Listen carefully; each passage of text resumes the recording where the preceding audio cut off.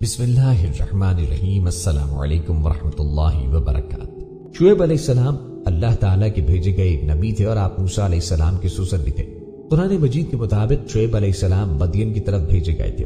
آپ کو اس وقت مدین بھیجے گئے تھے جب اہل مدین ناپ تول میں کمی کرتے اور قسم قسم کی سرکشیوں اور نافرمانی میں ڈوبے ہوئے تھے۔ شعیب میکائیل کے بیٹے اور میکائیل یشچر کے اور یشچر مدین کے اور مدین ابراہیم علیہ السلام کے بیٹے تھے۔ شعیب علیہ السلام نابینا ہو گئے تھے چونکہ اپنی قوم سے خطاب کرنے میں آپ کو کمال تھا، اس لیے آپ کا لقب خطیب الانبیاء بھی ہوا۔ آپ کی قوم کافر بھی تھی اور ناپ تول میں بھی کمی کرتی تھی۔ ابن عساکر نے عبداللہ ابن عباس کا بیان نقل کیا ہے کہ رسول اللہ جب شعیب علیہ السلام کا ذکر کرتے تو فرماتے تھے وہ خطیب الانبیاء تھے، اس لیے کہ اپنی قوم سے خطاب اچھے اسلوب سے کرتے۔ سوائے شعیب علیہ السلام کے اور کوئی نبی دو امتوں کی ہدایت کے لیے نہیں بھیجا گیا۔ ایک امت ان کی یہ قبیلہ ہے جس کا نام مدین ہے اور شعیب علیہ السلام بھی اسی قبیلے میں ہی، اس واسطے سے اللہ تعالیٰ نے شعیب علیہ السلام کو اس قبیلے کا بھائی فرمایا ہے۔ اور دوسری امت بن کے رہنے والے لوگ ہیں جن کو سورہ شعراء میں اصحاب الایکاف فرمایا ہے، اور بعض مفسر کنویں والے لوگوں کو بھی جن کو سورہ فرقان اور سورہ قاف میں اصحاب الرس فرمایا ہے، ان کی ہی امت میں شمار کر کے یوں کہتے ہیں کہ شعیب علیہ السلام تین امتوں کی ہدایت کے لیے بھیجے گئے ہیں۔ لیکن حافظ عماد الدین ابن کثیر نے کہا اصحاب الایکا ایک ہی امت کے لوگ ہیں جن میں کم تولنے اور کم ناپنے کا رواج تھا، اور اسی ایک امت کی ہدایت کے لیے شعیب علیہ السلام بھیجے گئے ہیں۔ یہ لوگ پیڑوں کی بھی پوجا کیا کرتے تھے، اس واسطے ان کو اصحاب الایکا یعنی پیڑوں والے کہہ کر جو سورہ شعراء میں بتا دیا ہے۔ اکثر مفسرین کا قول یہی ہے کہ شعیب علیہ السلام نے بڑی عمر پائی ہے، موسیٰ علیہ السلام کے وقت تک زندہ تھے، اور ایک شخص قبطی کو مار کر مصر سے مدین کو جب موسیٰ علیہ السلام گئے تو ان کی ملاقات شعیب علیہ السلام سے ہوئی، اور وہ دو بہنیں جن کا قصہ سورہ قصص میں ہے شعیب علیہ السلام کی بیٹیاں تھیں، جن میں سے ایک کا نکاح حضرت موسیٰ سے ہوا۔ شعیب علیہ السلام نابینا تھے۔ حضرت شعیب علیہ السلام کی بعثت مدین یا مدیان میں ہوئی تھی۔ مدین کسی مقام کا نام نہیں بلکہ قبیلے کا نام ہے۔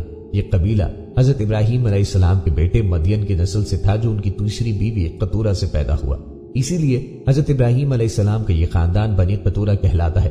مدین اپنے اہل و عیال کے ساتھ اپنے سوتیلے بھائی حضرت اسماعیل علیہ السلام کے پہلو ہی میں حجاز میں آباد ہو گیا تھا۔ یہی خاندان آگے چل کر ایک بڑا قبیلہ بن گیا، اور شعیب علیہ السلام بھی چونکہ اسی نسل اور اسی قبیلے سے تھے، اس لیے ان کی بعثت کے بعد یہ قوم شعیب کہلایا۔ بہرحال شعیب علیہ السلام جب اپنی قوم میں مبعوث ہوئے تو انہوں نے دیکھا کہ خدا کی نافرمانی اور معصیت کا ارتکاب صرف افراد و افراد میں نہیں پایا جاتا بلکہ ساری قوم گرداب ہلاکت میں مبتلا ہے، اور اپنی بدعمالیوں میں اس قدر سرمست و سرشار ہے کہ ایک لمحے کے لیے بھی ان کو یہ احساس نہیں ہوتا کہ یہ جو کچھ ہو رہا ہے معصیت اور گناہ ہے، بلکہ وہ اپنے ان اعمال کو باعث فخر سمجھتے ہیں۔ ان کی بہت سی بد اخلاقیوں اور نافرمانیوں سے قطع نظر جن قبیح امور نے خصوصیت کے ساتھ ان میں رواج پا لیا تھا وہ تھے بت پرستی اور مشرکانہ رسوم و عقائد، خرید و فروخت میں پورا لینا اور کم تولنا، یعنی دوسرے کو اس کے حق سے کم دینا اور اپنے لیے حق کے مطابق لینا بلکہ اس سے زیادہ، تمام معاملات میں کوٹ اور ڈاکہ زنی۔ قوموں کے عام رواج کے مطابق دراصل ان کی رفاہیت، خوش عیشی، دولت و ثروت کی فراوانی، زمین اور باغوں کی زرخیزی اور شادابی نے ان کو اس قدر مغرور بنا دیا تھا کہ وہ ان تمام امور کو اپنی ذاتی میراث اور اپنا خاندانی ہنر سمجھ بیٹھے تھے، اور ایک ساتھ کے لیے بھی ان کے دل میں یہ خطرہ نہیں گزرتا تھا کہ یہ سب کچھ خدا تعالیٰ کی عطا و بخشش ہے، کہ شکر گزار ہوتے اور سرکشی سے باز رہتے۔ غرض ان کی فارغ البالی نے ان میں طرح طرح کی بد اخلاقیاں اور قسم قسم کے عیوب پیدا کر دیے تھے۔ آخر غیرت حق حرکت میں آئی اور سنت اللہ کے مطابق ان کو راہ حق دکھانے، فسق و فسور سے بچانے اور امین و متقی اور با اخلاق بنانے کے لیے انہی میں سے ایک ہستی کو چن لیا اور شرف نبوت و رسالت سے نواز کر اس کو دعوت اسلام اور پیغام حق کا امام بنایا۔ یہ ہستی حضرت شعیب علیہ السلام کی ذات گرامی تھی۔ خدا کی توحید اور شرک سے بیزاری کا اعتقاد تو تمام انبیاء علیہ السلام کی تعلیم کی مشترک بنیاد اور اصل ہے جو حضرت شعیب علیہ السلام کے حصے میں بھی آئی تھی، مگر قوم کی مخصوص بد اخلاقیوں پر توجہ دلانے اور ان کو راہ راست پر لانے کے لیے انہوں نے اس قانون کو بھی اہمیت دی کہ خرید و فروخت کے معاملے میں یہ ہمیشہ پیش نظر رہنا چاہیے کہ جو جس کا حق ہے وہ پورا پورا اس کو ملے۔ کہ دنیاوی معاملات میں یہی ایک ایسی بنیاد ہے جو متزلزل ہو جانے کے بعد ہر قسم کے ظلم، فسق و فجور اور مہلک خرابیوں اور بد اخلاقیوں کا باعث بنتی ہے۔ الحاصل حضرت شعیب علیہ السلام نے بھی اپنی قوم کی بدعملی کو دیکھ کر سخت دکھ محسوس کیا اور رشد و ہدایت کی تعلیم دیتے ہوئے قوم کو انہی اصول کی طرف بلایا جو انبیاء علیہ السلام کی دعوت و ارشاد کا خلاصہ ہیں۔ انہوں نے فرمایا، اے قوم، ایک خدا کی عبادت کر، اس کے علاوہ کوئی پرستش کے قابل نہیں، اور خرید و فروخت میں ناپ تول کو پورا رکھ اور لوگوں کے ساتھ معاملات میں کھوٹ نہ کر۔ کل تک ممکن ہے کہ تجھ کو ان بد اخلاقیوں کی برائیوں کا حال معلوم نہ ہوا ہو، مگر آج تیرے پاس خدا کی حجت، نشانی اور برہان آ چکا۔ اب جہل و نادانی افو درگزر کے قابل نہیں ہے۔ حق کو قبول کر اور باطل سے باز آ کہ یہی کامرانی اور کامیابی کی راہ ہے، اور خدا کی زمین میں فتنہ و فساد نہ کر جبکہ اللہ تعالیٰ نے اس کی صلاح و خیر کے تمام سامان مہیا کر دیے۔ اگر تجھ میں ایمان و یقین کی صداقت موجود ہے تو سمجھ کہ یہی فلاح و بہبود کی راہ ہے، اور دیکھ ایسا نہ کر کہ دعوت حق کی راہ کو روکنے اور لوگوں کو لوٹنے کے لیے ہر راہ پر جا بیٹھے، اور جو آدمی بھی ایمان لائے اس کو خدا کی راہ اختیار کرنے پہ دھمکیاں دینے لگے اور اس میں کجروی پیدا کرنے کی درپے ہو جائے۔ اے افراد قوم، اس وقت کو یاد کرو اور خدا کا احسان مانو کہ تم بہت تھوڑے تھے، پھر اس نے امن و عافیت دے کر تمہاری تعداد کو پیش از پیش بڑھا دیا۔ حضرت شعیب علیہ السلام بڑے فصیح و بلیغ مقرر تھے، شیریں کلامی، حسن خطابت، طرز بیان اور طلاقت لسانی میں بہت نمایاں امتیاز رکھتے تھے، اس لیے مفسرین ان کو خطیب الانبیاء کے لقب سے یاد کرتے ہیں۔ بس انہوں نے نرم و گرم ہر طریقے سے قوم کو رشد و ہدایت کے کلمات ارشاد فرمائے، مگر اس بدبخت قوم پر مطلق کوئی اثر نہ ہوا، اور چند ضعیف اور کمزور ہستیوں کے علاوہ کسی نے پیغام حق پر کان نہ دھرا۔ وہ خود بھی اسی طرح بدعمال رہے اور دوسروں کی راہ بھی مارتے رہے۔ وہ راستوں میں بیٹھ جاتے اور حضرت شعیب علیہ السلام کے پاس آنے جانے والوں کو قبول حق سے روکتے، اور اگر موقع لگ جاتا تو لوگوں کو لوٹ لیتے، اور اگر اس پر بھی کوئی خوش قسمت حق کو پر لبیک کہہ دیتا تو اس کو ڈراتے، دھمکاتے اور طرح طرح سے کجروی پر آمادہ کرتے۔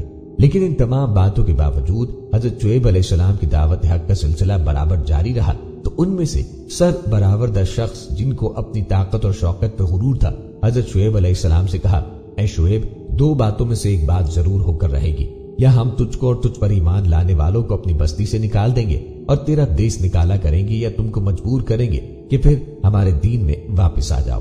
حضرت شعیب علیہ السلام نے فرمایا، اگر ہم تمہارے دین کو غلط اور باطل سمجھتے ہوں تب بھی زبردستی مان لیں، یہ تو بڑا ظلم ہے، اور جب کہ ہم کو خدا تعالیٰ نے تمہارے اس دین سے نجات دے دی تو پھر ہم اس خدا کی طرف لوٹ جائیں تو اس کا مطلب یہ ہوگا کہ ہم نے جھوٹ بول کر خدا تعالیٰ پہ بہتان باندھا۔ یہ ناممکن ہے۔ ہاں، اگر اللہ کی جو ہمارا پروردگار ہے یہی مرضی ہو تو وہ جو چاہے وہ کرے گا۔ ہمارے رب کا علم تمام اشیاء پہ چھایا ہوا ہے، ہمارا تو صرف اسی پہ بھروسہ ہے۔ اے پروردگار، تو ہمارے اور ہماری قوم کے درمیان حق اور سچائی کے ساتھ فیصلہ کر دے، تو ہی بہترین فیصلہ کرنے والا ہے۔ قوم کے سرداروں نے جب شعیب علیہ السلام کا عزم و استقلال دیکھا تو ان سے روئے سخن پھیر کر اپنی قوم کے لوگوں سے کہنے لگے، خبردار، اگر تم نے شعیب علیہ السلام کا کہنا مانا تو ہلاک و برباد ہو جاؤ گے۔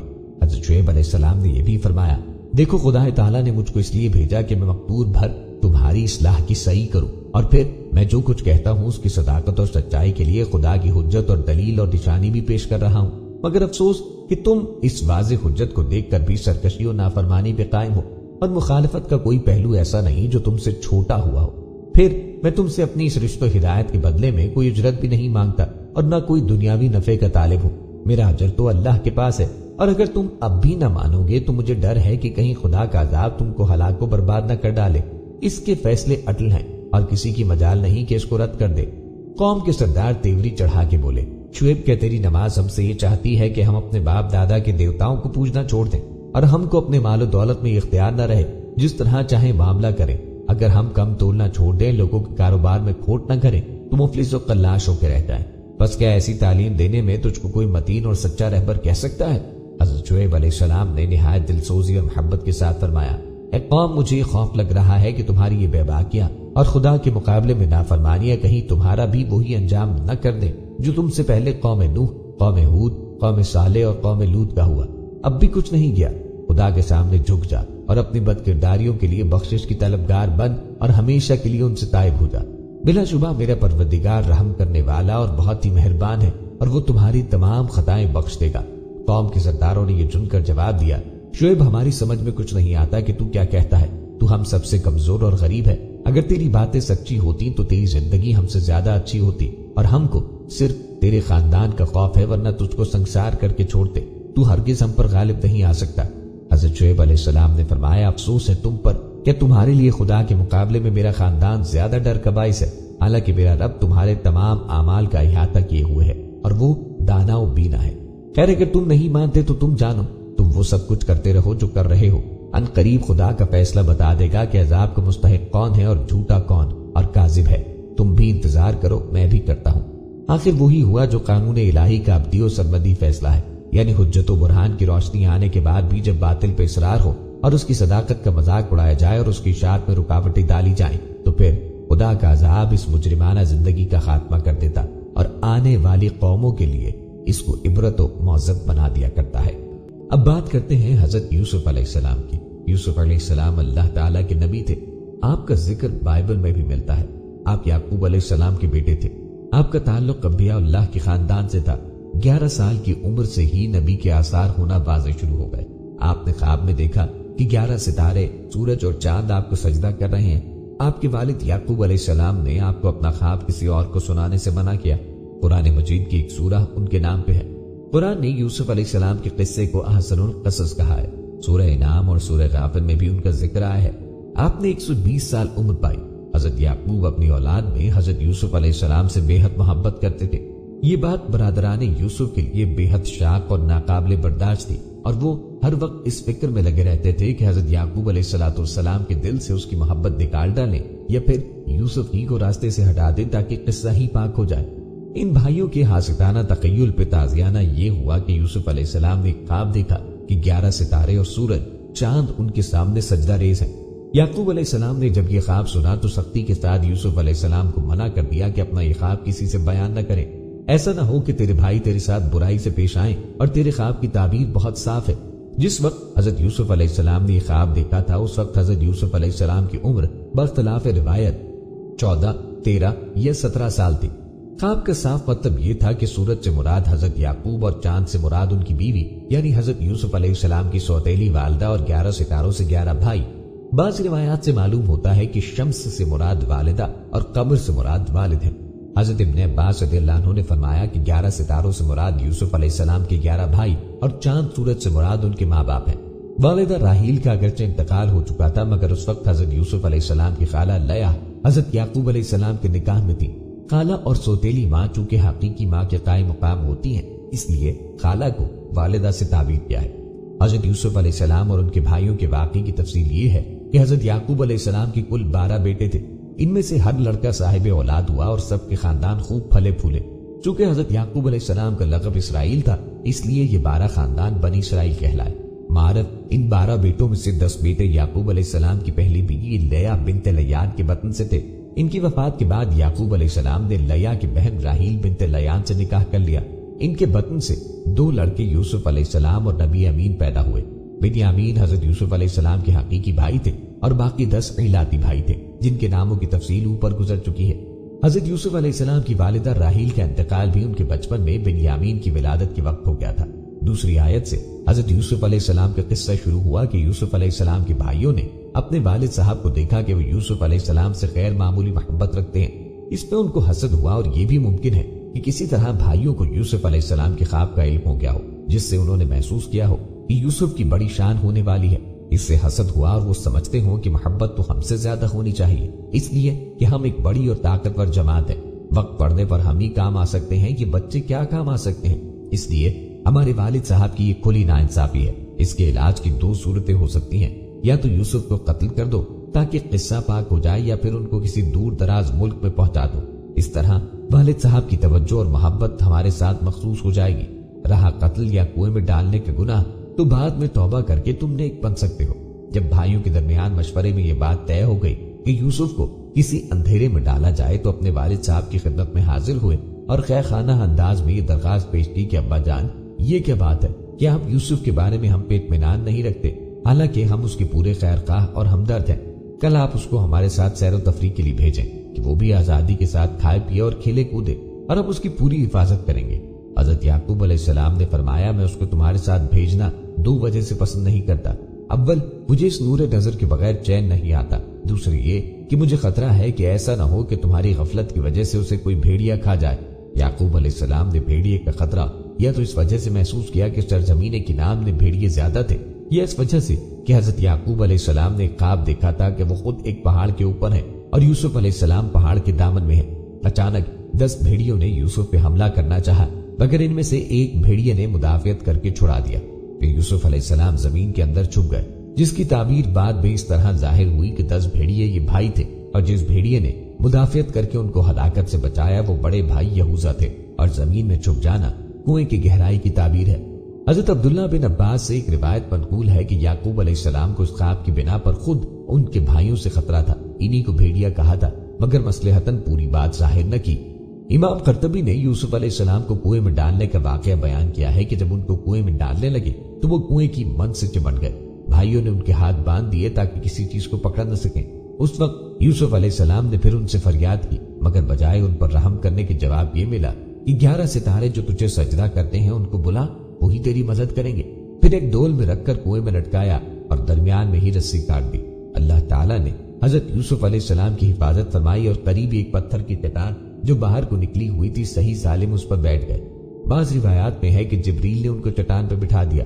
یوسف علیہ السلام 3 روز کنویں میں رہے۔ ان کا بھائی یہوذا دوسرے بھائیوں سے چھپ کر روزانہ ان کے لیے کھانا لاتا اور ڈول کے ذریعے ان تک پہنچا دیتا۔ عشاء کے وقت یہ بھائی روتے ہوئے اپنے باپ کے پاس پہنچے۔ حضرت یعقوب ان کے رونے کی آواز سن کے باہر آئے۔ معلوم کیا حادثہ کیا پیش آیا؟ کیا تمہاری بکریوں پہ کسی نے حملہ کیا اور یوسف کہاں ہے؟ تو بھائیوں نے کہا ہم آپس میں دوڑ لگانے میں مشغول ہو گئے، یوسف کو سامان کے پاس چھوڑا، اس درمیان یوسف کو بھیڑیا کھا گیا، اور ہم کتنے ہی سچے ہوں آپ کو ہمارا یقین تو آئے گا نہیں۔ اتفاقاً ایک قافلہ اس سرزمین پہ آ نکلا۔ یہ قافلہ شام سے مصر جا رہا تھا اور راستہ بھٹک کر اس غیر آباد میدان میں پہنچ گیا۔ پانی کے لیے پانی کے منتظم سقی کو کنویں پہ بھیجا۔ ان لوگوں کی نظر میں یہ اتفاقی واقعہ تھا، لیکن حقیقت یہ ہے کہ اللہ تعالیٰ کی حکمت تکوینی میں کوئی وقت و اتفاق نہیں۔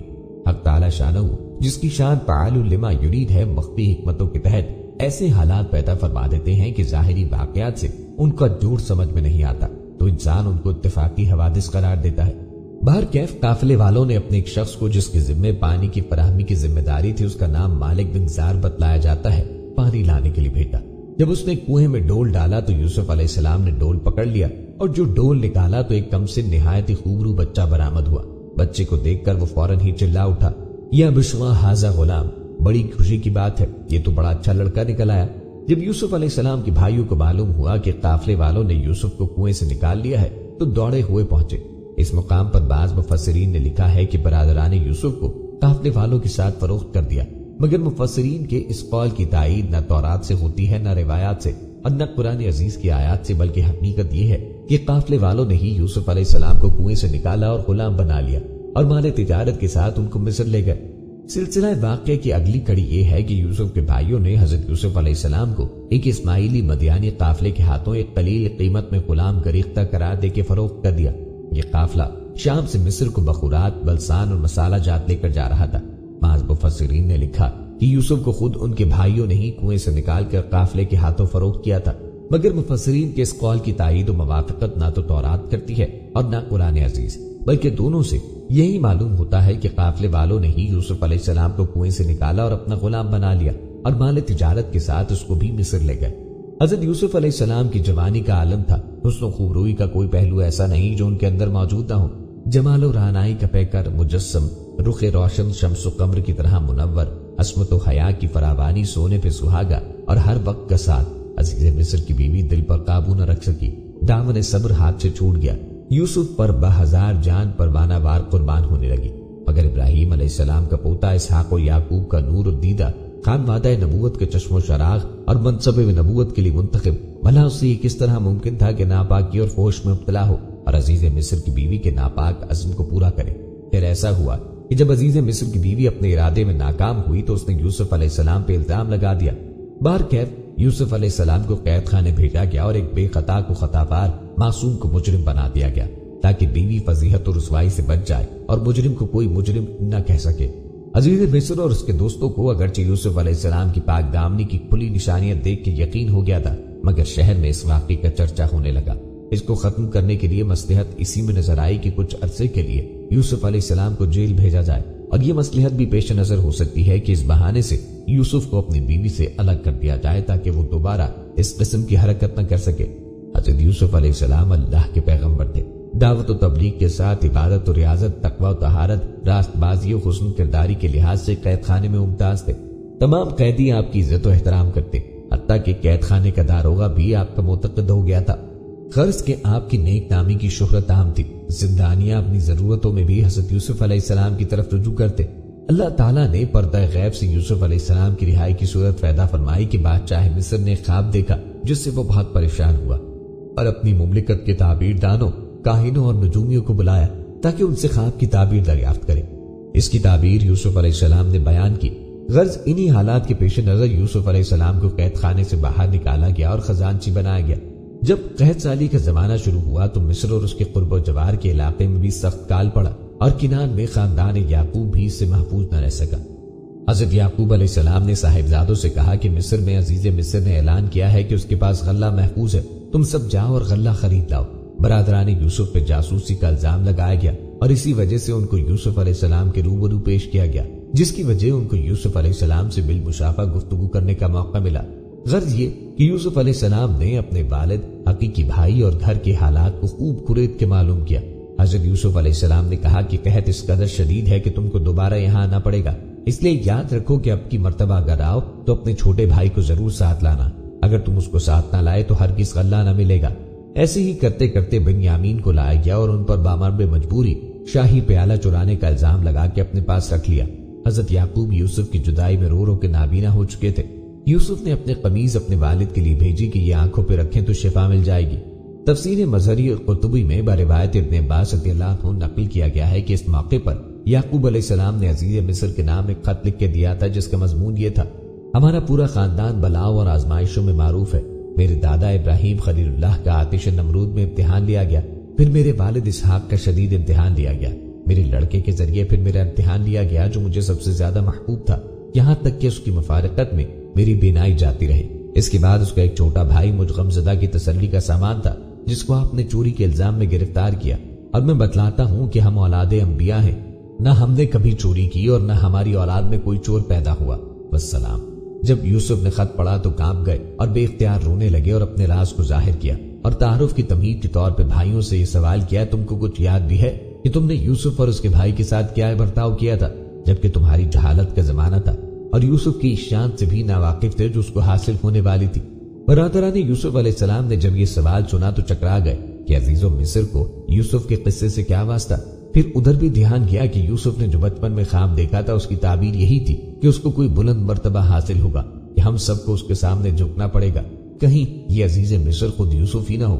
پھر جب اس پہ غور و تامل کیا تو کچھ علامات سے پہچانا اور مزید تحقیق کے لیے ان سے کہا: یوسف، کیا تو سچ مچ یوسف ہے؟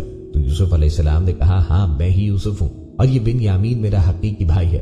سوال کے جواب میں اقرار و اعتراف کے ساتھ یوسف علیہ السلام نے اللہ تعالیٰ کے احسان کا ذکر اور صبر و تقویٰ کے بتائج حسنہ بھی بیان کیے اور انہیں بتلا دیا کہ تم نے مجھے ہلاک کرنے میں کوئی دقیق کا فروگزاشت نہیں کیا، لیکن یہ اللہ کا فضل و احسان ہے کہ اس نے نہ صرف یہ کہ مجھے کنویں سے نجات عطا فرمائی بلکہ مصر کی فرما روائی بھی عطا فرما دی، اور یہ نتیجہ ہے اس صبر و تقویٰ کا جس کی توفیق اللہ نے مجھے عطا فرمائی۔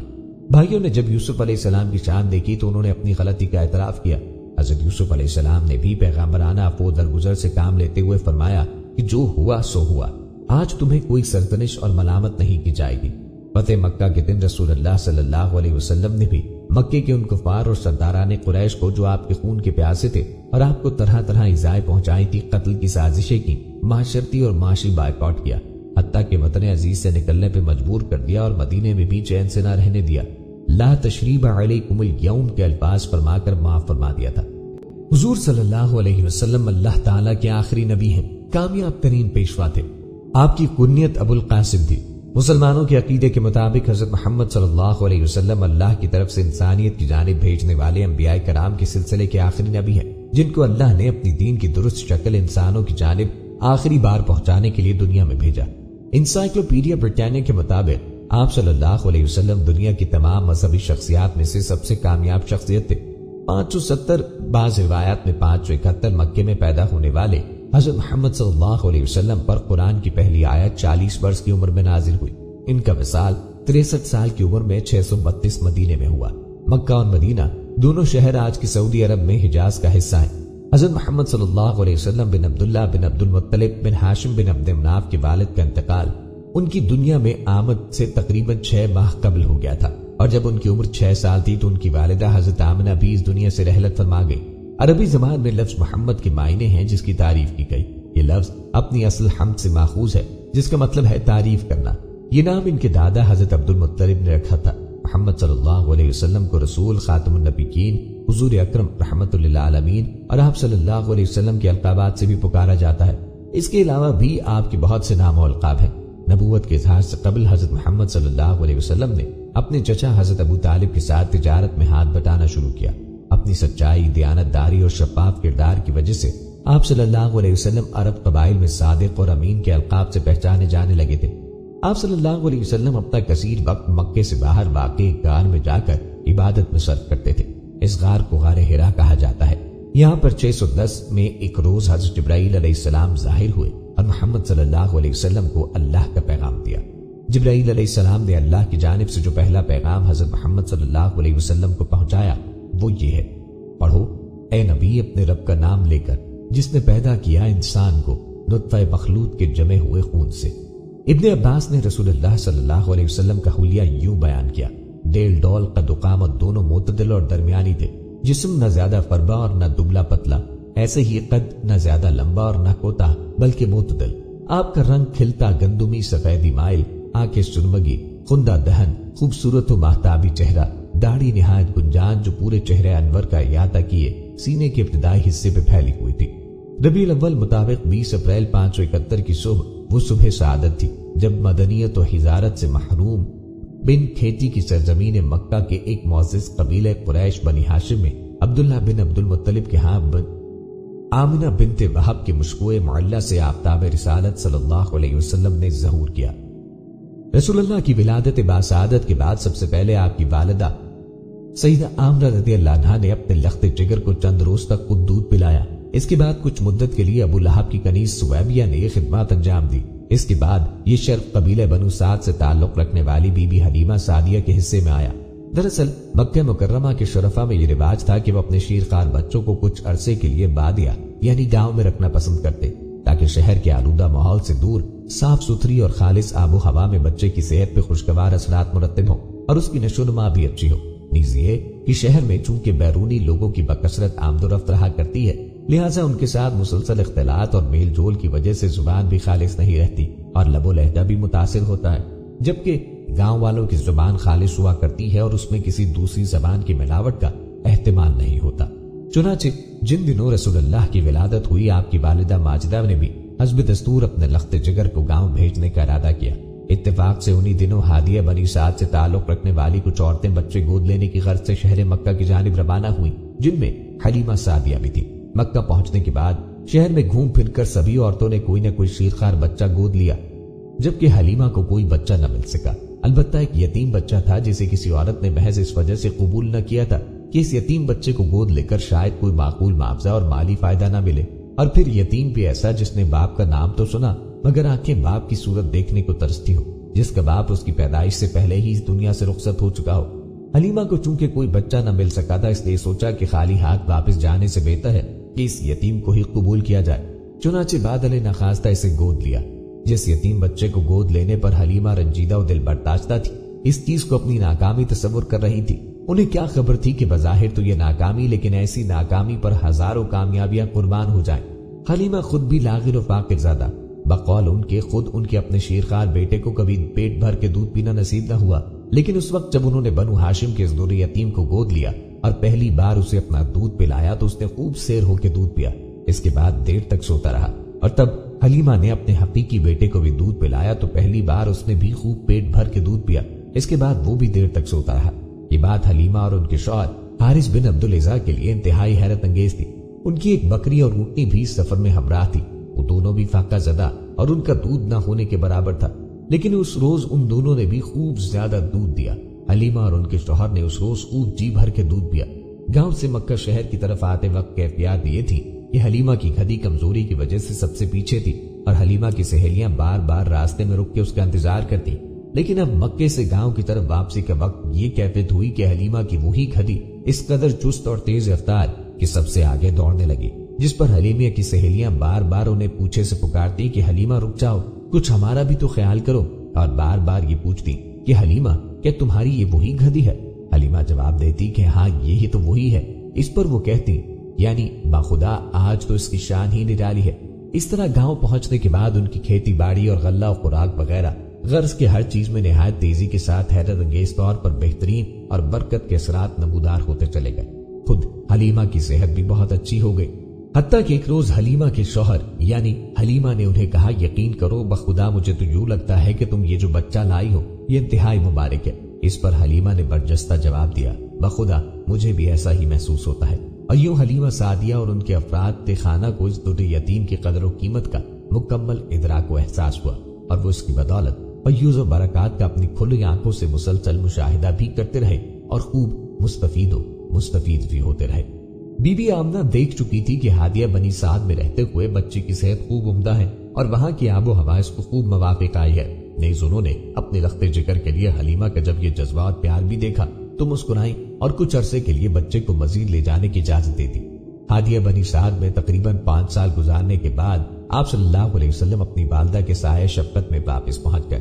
جب 6 سال کے ہوئے تو والدہ نے اپنے شوہر نامدار یعنی عبداللہ بن عبد المطلب سے خلوص وفا کے اظہار کے طور پر مدینے کا سفر کیا۔ اس سفر میں کمسن بیٹے یعنی آقا کریم صلی اللہ علیہ وسلم کو بھی یہ سوچ کے ہمراہ لیا کہ بیٹے کو باپ کی شکل دیکھنا تو نصیب نہ ہو سکا، کم از کم اسے باپ کی قبر کی زیارت ہی نصیب ہو جائے۔ پھر ایسا ہوا کہ والدہ کی بھی وفات ہوئی اور آپ دادا کی کفالت میں آ گئے۔ دادا کی وفات کے بعد چچا ابو طالب کی کفالت میں آ گئے۔ آقا کریم علیہ الصلوۃ والسلام کی عمر 20 سال ہو رہی تھی۔ آپ صلی اللہ علیہ وسلم کو حصول معاش کی فکر ہوئی۔ حضور صلی اللہ علیہ وسلم نے اپنے والد کے چھوڑے ہوئے سرمایہ کو تجارت میں لگایا۔ اب زندگی میں ایک اور انقلاب ہوا کہ آپ صلی اللہ علیہ وسلم کو خلوت گزینی کی طرف رغبت ہوئی اور غار حرا میں روز و شب بسر ہونے لگے۔ بت پرستی سے شروع ہی سے نفرت تھی، اس لیے کبھی نہ کسی صنم کے آگے سر جھکایا اور نہ کسی ایسی مجلس میں شرکت فرمائی جو صنم پرستی کے میلے کہلاتے۔ یہی حالات و واقعات تھے جب آپ کی عمر مبارک 40 منازل طے کر چکی تھی۔ رمضان کا مہینہ تھا اور آپ صلی اللہ علیہ وسلم غار حرا میں مشغول عبادت تھے کہ اچانک آپ کے سامنے جبرائیل علیہ السلام نمودار ہوئے اور بشارت دی کہ اللہ تعالیٰ نے آپ کو ثقلین کی رشد و ہدایت کے لیے چن لیا اور رسالت و پیغمبری کے منصب کبریٰ پہ فائز کیا۔ کلام الہی کے اس حکم کے بعد جو تبلیغ و دعوت کا حق کا پیغام تھا، دعوت و ارشاد نے ایک قدم اور آگے بڑھایا اور اب ذات حق نے سورہ شورى کی آیت نازل فرما کر نبی کریم صلی اللہ علیہ وسلم کو یہ فیصلہ سنایا کہ سب سے پہلے اہل قرابت اور رشتہ داروں کو دعوت حق دیجیے تاکہ دوسروں پر بھی اس کا اثر پڑے۔ چنانچہ آپ صلی اللہ علیہ وسلم نے اپنے قرابت داروں کو دعوت دینا شروع کی اور عام انسانوں تک پھر اس کو لے گئے۔ لوگوں نے آپ کو برا بھلا کہا، آپ پر اور آپ کے صحابہ کو ظلم کا نشانہ بنایا، مگر آپ کے پائے استقلال میں ذرا بھی لغزش نہ آئی۔ مگر جب کفار کے مظالم حد سے بڑھے تو حضور صلی اللہ علیہ وسلم کو بذریعہ وہی حکم ہوا کہ آپ اب مدینہ ہجرت فرما جائیں۔ 622 تک مسلمانوں کے لیے مکے میں رہنا ممکن نہیں رہا تھا۔ کئی دفعہ مسلمانوں اور خود حضرت محمد صلی اللہ علیہ وسلم کو تکالیف دی گئی۔ اس وجہ سے آپ صلی اللہ علیہ وسلم نے مسلمانوں کو مدینہ ہجرت کرنے کی اجازت دی۔ آپ صلی اللہ علیہ وسلم نے اللہ کے حکم سے حضرت ابو بکر کے ساتھ ستمبر 622 میں مدینے کی طرف روانہ ہوئے اور مکے میں اپنی جگہ حضرت علی بن ابی طالب کو امانتوں کی واپسی کے لیے چھوڑا۔ حضور صلی اللہ علیہ وسلم کے مدینے پہنچنے پر انصار نے آپ کا شاندار استقبال کیا اور اپنے تمام وسائل پیش کر دیے۔ جب آپ صلی اللہ علیہ وسلم مدینے پہنچے تو انصار استقبال کے لیے آئے اور خواتین چھتوں پر سے دیکھ رہی تھی۔ مسجد نبوی کے ایک گوشے میں چبوترا بنا کر اس پہ کھجور کے پتوں کا چھپر ڈالا گیا، اسے صفح کہتے ہیں۔ اس میں نبی کریم صلی اللہ علیہ وسلم کے علاوہ صحابہ کرام بھی درس و تدریس کا فرض انجام دیتے۔ مسجد نبوی کی تعمیر مکمل ہونے کے بعد اس سے متصل 2 حجرے بنائے گئے، جن میں سے ایک حضرت سودا بنت زمعہ اور دوسرا حضرت عائشہ رضی اللہ عنہا کے لیے تھا۔ حضرت عائشہ کے حجرے کا ایک دروازہ مسجد کی طرف تھا۔ حضور صلی اللہ علیہ وسلم اس دروازے سے مسجد میں تشریف لاتے اور جب اعتکاف میں ہوتے تو سر مبارک حجرے کے اندر کر دیتے اور حضرت عائشہ دھو دیتی۔ حضور صلی اللہ علیہ وسلم نے اپنی زندگی کا آخری حج سن 10 ہجری میں کیا، اسے حجۃ الوداع کہتے ہیں۔ حجۃ الوداع کے فوراً بعد آپ صلی اللہ علیہ وسلم کچھ بیمار ہوئے، پھر ٹھیک ہوئے، مگر کچھ عرصے بعد حضرت محمد صلی اللہ علیہ وسلم بیمار پڑ گئے اور کئی روز تک ان کے سر میں درد ہوتا رہا۔ بالآخر روایات کے مطابق مئی یا جون 632 میں حضرت محمد صلی اللہ علیہ وسلم انتقال فرما گئے۔ انتقال کے وقت آپ کی عمر 63 برس تھی۔ حضرت علی رضی اللہ عنہ نے غسل و کفن دیا اور اصحاب کی مختلف جماعت نے یکے بعد دیگرے نماز جنازہ ادا کی اور حضرت محمد صلی اللہ علیہ وسلم کو مسجد نبوی کے ساتھ ملحق ان کے حجرے میں اسی جگہ دفن کیا گیا جہاں ان کی وفات ہوئی تھی۔ یہ اور اس کے ارد گرد کی تمام جگہ اب مسجد نبوی میں شامل ہیں۔ آپ صلی اللہ علیہ وسلم کو منگل کے روز کپڑے اتارے بغیر غسل دیا گیا۔ رسول اللہ کو غسل دینے والے افراد میں سیدنا عباس، حضرت اسامہ، عاص بن خولہ، حضرت عباس کے 2 بیٹے قسم اور فضل اور رسول اللہ کے آزاد کردہ غلام شقران شامل تھے۔ حضرت عباس اور ان کے دونوں صاحبزادے رسول اللہ کی کروٹ بدل رہے تھے۔ حضرت اسامہ اور شقران پانی بہا رہے تھے، حضرت علی غسل دے رہے تھے اور حضرت عاص نے آپ صلی اللہ علیہ وسلم کو اپنے سینے پہ ٹیک رکھا تھا۔